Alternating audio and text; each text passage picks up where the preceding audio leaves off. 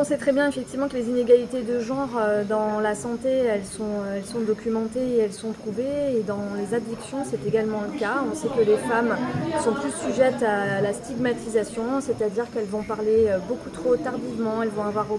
accès aux soins beaucoup plus tardivement, parce qu'il y a des conduites addictives. À consommation égale par rapport à un homme, il y a également des conséquences qui sont plus graves sur leur état de santé. On sait aussi que les addictions, malheureusement, elles ont un rôle important dans le cadre des violences, les violences intrafamiliales. Certaines femmes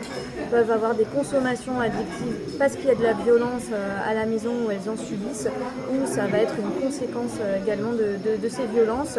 Et donc le thème choisi cette semaine pour la prévention des addictions, ce sont les femmes. Et c'est très important d'en parler, c'est très important de déstigmatiser effectivement et de montrer que les femmes ont le droit de prendre la parole, doivent prendre la parole et se faire accompagner pour lutter contre ces addictions, qu'il y a tout un dispositif qui est là pour les appuyer, que ce soit les établissements de santé, que ce soit les XAPA, que ce soit les associations également, et qu'un certain nombre de partenaires se mobilisent, en tout cas dans le cadre de la semaine de prévention des addictions, avec beaucoup d'événements qui vont avoir lieu, y compris des journées santé, des marches et des concerts pour pouvoir parler de cette thématique et essayer de briser ce tabou autour de la consommation d'alcool ou de drogue chez les femmes.